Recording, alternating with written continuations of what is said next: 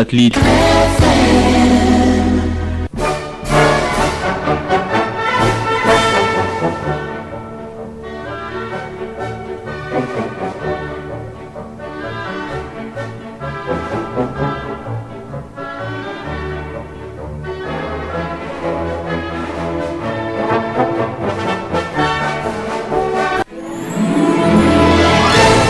Sur Satellite FM TV 96.5, le Zénith de l'info. Il est 12h. 12h.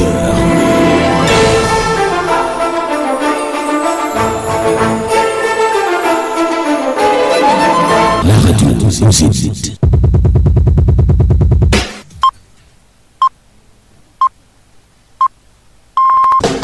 Écoute la radio. Satellite FM 96.5. Le journal. Antoine Zanga.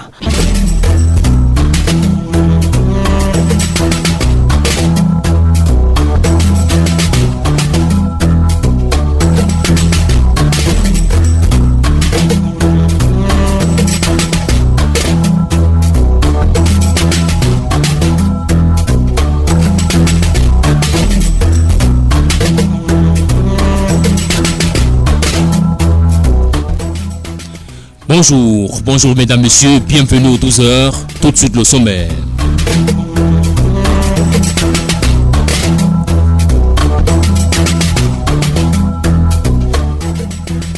Le comité d'organisation de Miss Cameroun est assigné en justice ce jour. Une ordonnance du tribunal de première instance de Yaoundé, centre administratif, portant cette information circule sur la toile depuis hier. Cette séquence judiciaire intervient suite aux requêtes déposées dans cette juridiction par les avocats de Biloua Kounoum Caroline, une concurrente au titre de Miss Cameroun.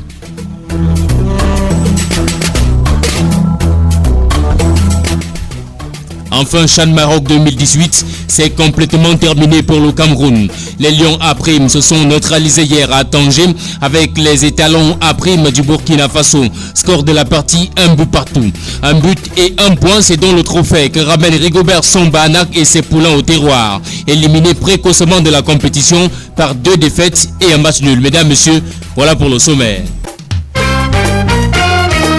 Satellite FM TV, le Zénith de l'info.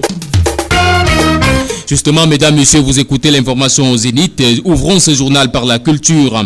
Le tribunal de première instance de Yaoundé, centre administratif, vient d'adresser une ordonnance de justice à la commission d'organisation des Miss Cameroun, la signant en justice ce jour. C'est suite aux multiples requêtes déposées par certaines candidates de l'élection Miss Cameroun 2018. Pour le moment, le Comica souhaite ne pas se prononcer sur l'avenir de Caroline Emenseke, Miss Cameroun 2018. Antoine Oukala a joint les différentes parties au téléphone. Voici ce qui ressort de leurs échanges. La décision de justice est tombée comme un couperet. À l'annonce de cette ordonnance de justice, les commentaires des Camerounais sont allés dans tous les sens. Jusqu'à date, le Comica préfère s'en tenir à la position que va adopter la justice. Claude Abati, président du jury Miss Cameroun 2018. Il faut suivre le déroulement de la justice.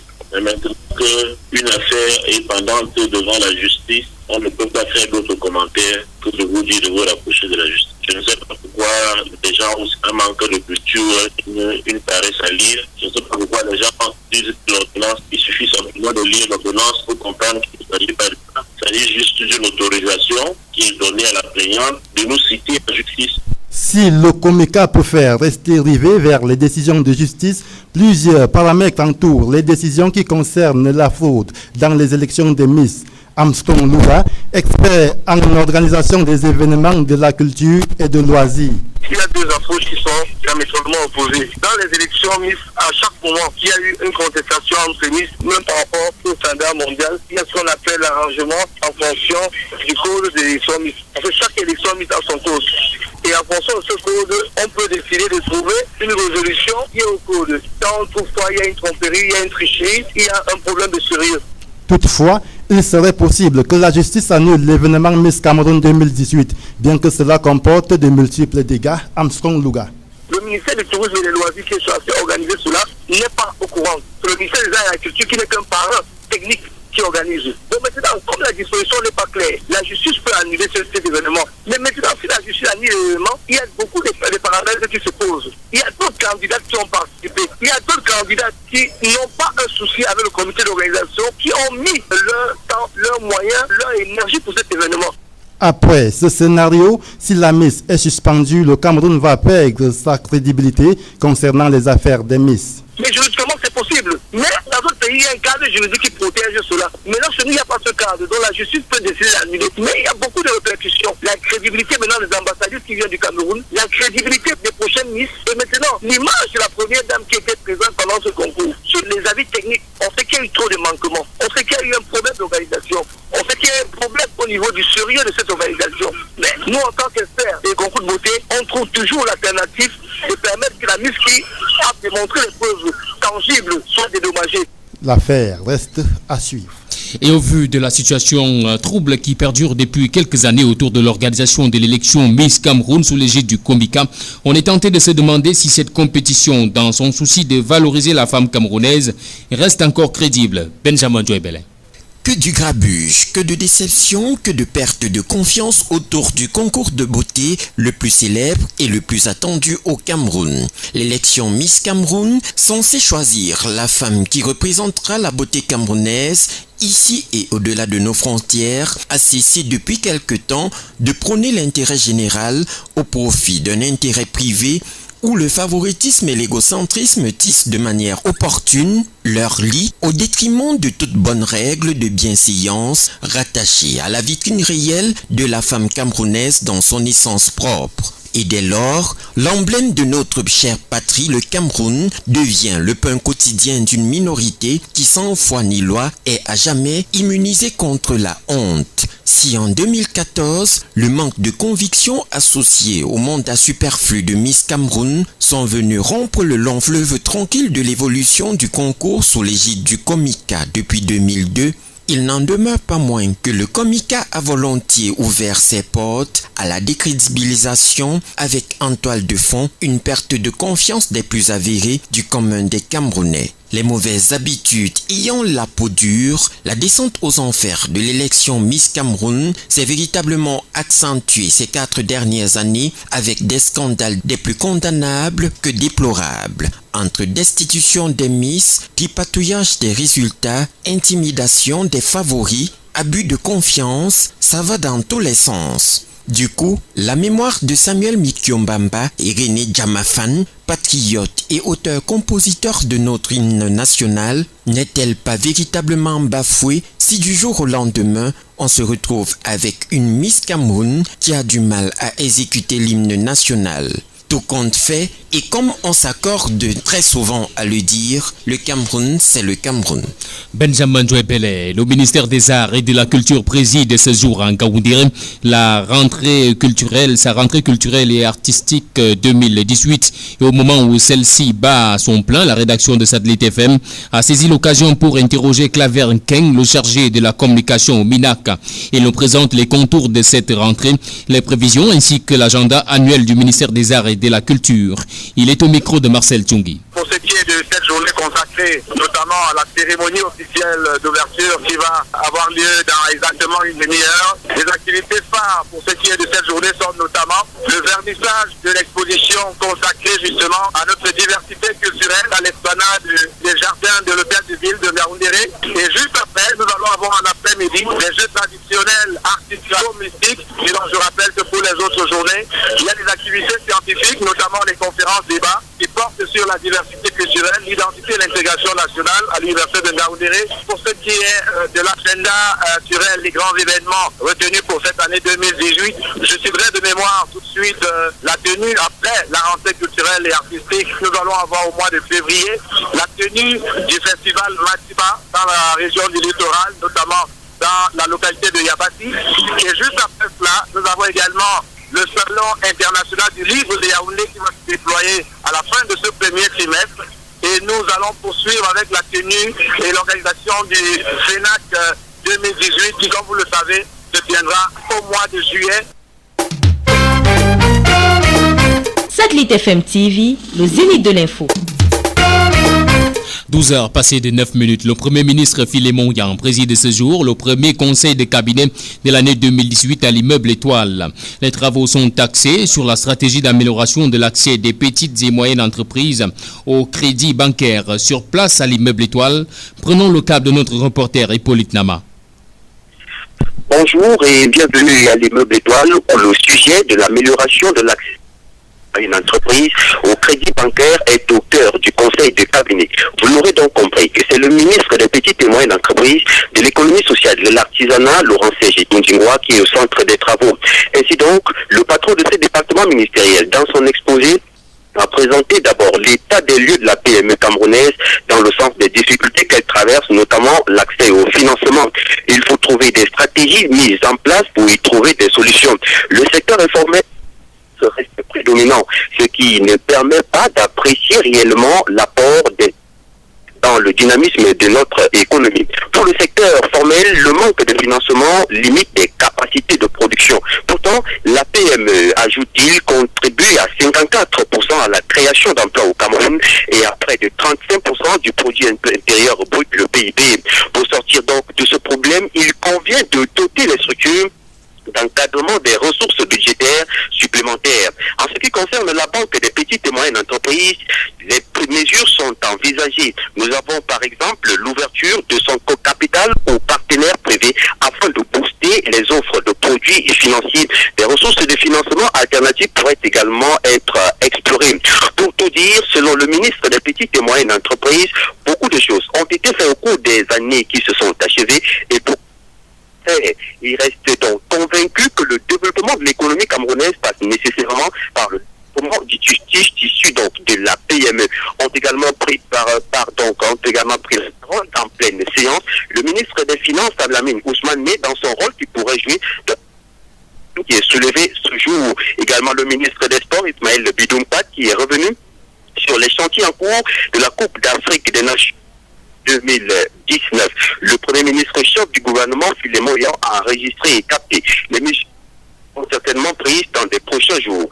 Hippolyte Nama, à l'immeuble Étoile, pour Satellite Info Midi.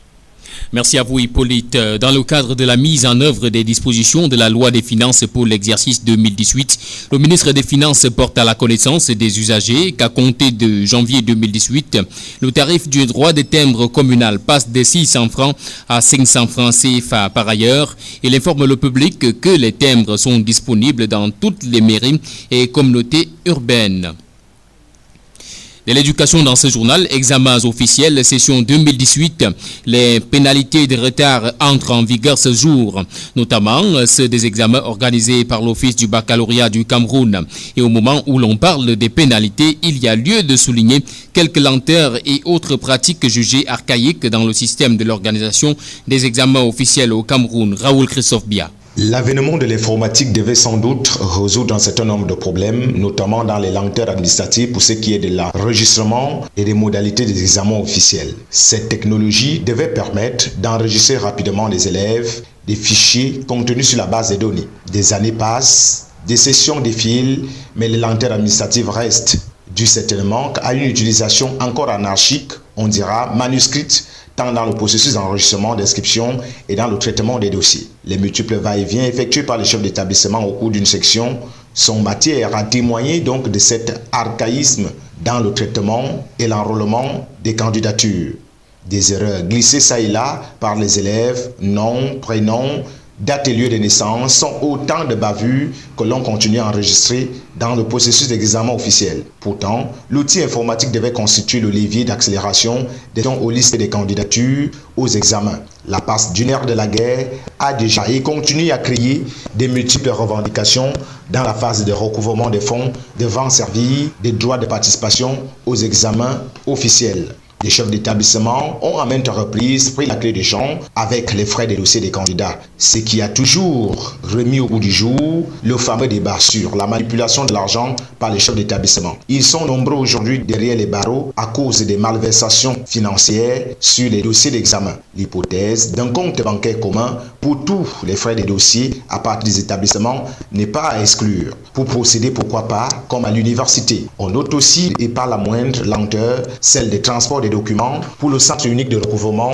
de l'Office du baccalauréat du Cameroun qui se trouve à Yaoundé. Notons au passage que les régions jusqu'à ce jour réclament toujours des points focaux pour pouvoir transférer des documents facilement. Par rapport à la capitale politique, poser des retards et entraîner des pénalités, c'est un bien connu depuis la création de l'Office du baccalauréat en 1996. Un système informatisé renforcé devrait donc permettre à améliorer cette façon de faire qui devrait représenter une idée salvatrice pour les promoteurs d'établissements qui disent parfois être à bout de souffle. La direction des examens et concours et la certification ou encore le board, tous ces services qui organisent les examens au Cameroun devraient donc s'arrimer impérativement à l'outil informatique, à la nouvelle technologie. Le transport des documents d'un point à l'autre continue à poser problème dans les malversations financières et mais également la peur des falsifications des documents et des fraudes massives. Aujourd'hui, que les pénalités de retard sont lancées, il y a lieu d'interroger le système d'organisation de l'examen. Il y a lieu surtout de corriger le tir. Je vous rappelle donc que Christophe Raoul Bia nous donnait quelques informations qu'il a glanées à Kribi, là où il y a le séminaire de l'Office du baccalauréat sur l'organisation des examens. Je vous propose à présent d'écouter le directeur général de l'Office du baccalauréat du Cameroun. Il explique clairement les modalités des pénalités et les délais en vigueur.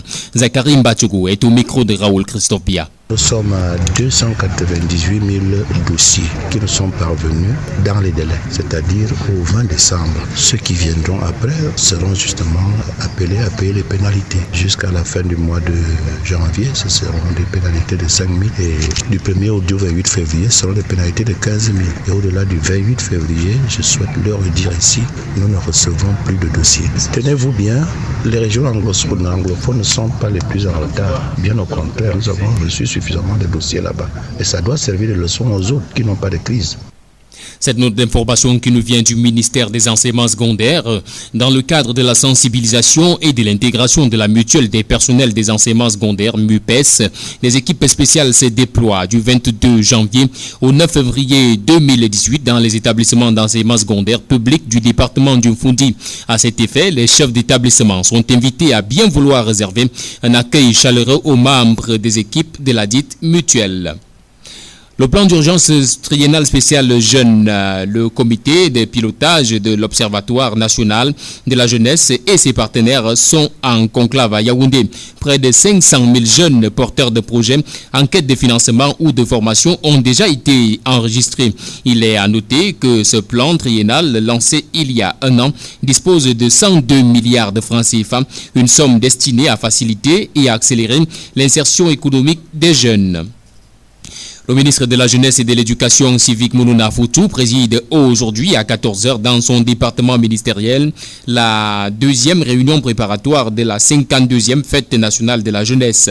Cette rencontre a pour objectif d'évaluer l'état d'avancement des préparatifs au sein des différentes commissions. Elle sera suivie d'un échange avec la presse. Allons dans le Mbamekim où les cacaoculteurs ont repris du service malgré les ventes qui ont été mauvaises l'année dernière. Ces planteurs restent déterminés à garder leurs exploitations en bon état. L'ordre du jour est à la mise en place des pépinières de cacao. Notre correspondant Armand Betiem est allé à la rencontre des pépiniéristes de Mbangassina. Voici son compte rendu depuis une cacaoyère de la ville éponyme. Pas de répit pour ces agriculteurs de l'arrondissement de Mbangassina qui ont déjà repris service au lendemain de la grande période de récolte qui vient de se terminer. L'année 2017 a été très fructueuse en termes de récolte.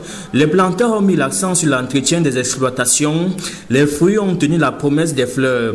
Malheureusement, les ventes ont été très mauvaises. Le prix du kilogramme de cacao a frôlé les 600 francs, contrairement à l'année 2015, 2 ans plus tôt, où l'on a vendu le prix du kilogramme de cacao à 1650. En ce début d'année, les planteurs ont le cœur à l'ouvrage. Il faut penser à l'entretien de la plantation et cela commence par la pépinière. Jean-Claude Rémis, producteur. Beaucoup du cacao de l'année dernière pour amener certains planteurs à se décourager. Le produit d'entretenir les plantations. Mais je voulais leur faire comprendre que nous ne devons jamais nous décourager. Cependant, il y a un lieu de prédilection pour réussir sa pépinière. Jules Mbala, pépiniériste. Pour avoir une bonne pépinière, il faut que la pépinière soit près d'un cours d'eau. Et là, on espère que la réussite est au moins à 90%. Les jeunes planteurs ne sont pas en reste. C'est d'ailleurs eux qui ont besoin des plants de façon permanente pour le bon suivi de leurs exploitations. Albert Ateka, jeune planteur. Je pense que la pépinière est d'une importance très capitale. En tant que jeune cacaoculteur, je mise sur la permanence. Il y a un principe de permanence dans la plantation des jeunes plants. Ces producteurs ne font pas cavalier tout seuls, ils sont accompagnés par des mains expertes. Jean-Marie Etono, délégué d'arrondissement du Minader. Je suis sur le terrain, j'accompagne les producteurs sur le terrain. L'agriculture, ce n'est pas au bureau, c'est sur le terrain, c'est dans les plantations. Nous sommes là pour la mise en place des pépinières. Ces seigneurs de la terre appellent les pouvoirs publics à se pencher sur leur sort pour que cette année 2018 ne soit plus programmée pour échouer. Ici Mbangasina, Yves Armand Betiem, Satellite FM. Bonjour à vous et merci Monsieur Betiem. Je rappelle que ce journal est actuellement très suivi à Mbangasina et partout dans la région du centre parce que depuis quelques jours, Satellite FM arrose toute la région du centre et va même au-delà. La Commission nationale des droits de l'homme et des libertés effectue depuis hier une visite dans les lieux de détention de Bertois, Doumé et Abomban dans la région de l'Est. C'est dans le but de recenser les atteintes aux droits fondamentaux de l'homme et de procéder à la sensibilisation des différents acteurs concernés. La visite s'achève le 26 janvier prochain. Mesdames, Messieurs, vous écoutez le journal sur Satellite FM. Il est 12h passé de 20 minutes et c'est le direct. Satellite FM TV, le zénith de l'info. Justement, vous écoutez l'information au Zénith à l'étranger. Zambie, l'épidémie de choléra a déjà fait plus de 60 morts depuis octobre 2017. Sidouane Monkam. Près de 3000 personnes ont déjà été infectées par la maladie avec plus de 60 morts depuis octobre 2017. Une épidémie qui a débuté le 28 septembre 2017 et a paru décliner à partir du 20 octobre. La situation est de plus en plus alarmante selon l'Organisation mondiale de la santé et les quartiers les plus densément peuplés du pays où les conditions sanitaires médiocres peuvent favoriser la propagation de la maladie sont les plus touchés. Face à l'extension de l'épidémie, le président zambien a exprimé son inquiétude et a donné instruction aux forces de défense de se joindre à la lutte pour empêcher la propagation du virus. Entre autres mesures prises par les autorités, la fermeture des écoles ou encore l'interdiction du commerce dans la rue. Une décision qui provoque la colère des petits commerçants dans le pays. Forum économique de Davos, le président américain Donald Trump va rencontrer son homologue rwandais Paul Kagame. Le président Paul Kagame est le seul chef d'État africain que le président américain Donald Trump souhaite rencontrer selon un agenda rendu public par son conseiller à la sécurité nationale. Une rencontre qui survient quelques jours après les propos de Donald Trump qui ont suscité la polémique lorsqu'il traitait certains pays africains et Haïti de pays de merde. L'Union africaine avait alors appelé Donald Trump à s'excuser après les propos jugés racistes et irresponsables. Mais le président américain n'a toujours pas réagi et pour certains observateurs, c'est une rencontre qui s'inscrit dans le cadre d'une réaffirmation des relations de coopération entre les États-Unis et l'Afrique. En sa qualité de président en exercice de l'Union africaine, cela peut justifier le souhait de Donald Trump de rencontrer Paul Kagame pour cette réaffirmation des relations entre les États-Unis et le continent africain. La rencontre entre les deux chefs d'État est prévue demain vendredi, soulignant que Paul Kagame est le seul président africain à ce forum économique international. Également attendu au cours de ce forum, le discours du président Trump. Et ce jeudi, une rencontre est prévue avec Theresa May, le chef du gouvernement britannique. Les échanges porteront notamment sur le conflit en Syrie, l'attitude déstabilisatrice de l'Iran et la dénucléarisation de la péninsule coréenne. Et sans transition, nous passons en sport alors qu'il est 12h passé de 23 minutes dans ce studio. Chan Maroc 2018, les Lions indomptables sortent de la compétition. Rigobert Songbanak et ses poules sont passés à côté de leurs ambitions, terminant 4e de la poule D avec 1 point au premier tour. Une contre-performance qui suscite de nombreuses réactions au sein de l'opinion nationale et remet au goût du jour la problématique du football dit professionnel dans notre pays. Claude Villongo. 2 défaites pour un match nul, 2 buts partout concédé hier face au Burkina Faso et 3 buts encaissés contre 1 but marqué pour 1 point au compteur en 3 rencontres. Ainsi se présente le bilan de la sélection nationale des Lions indomptables A', éliminé au premier tour du 5e CHAN au Maroc. Le Cameroun, conduit par Rigobert Song, n'a pas fait mieux que lors des éditions 2011 et 2016, au cours desquelles les Lions A' avaient franchi les quarts de finale. Au sein de l'opinion, la déception est à son comble. Ça ne surprend pas de la prestation des Lions. Ce n'est qu'une déception. On croyait qu'ils pouvaient faire mieux, mais ça a été une grande déception. Ça fait mal. Parfois, on n'a même plus envie de regarder les matchs. Parce que à chaque fois, déception, ce n'est pas bien. Pourtant, au départ de Yaoundé, l'ambition était de disputer les demi-finales à défaut de remporter le sacre.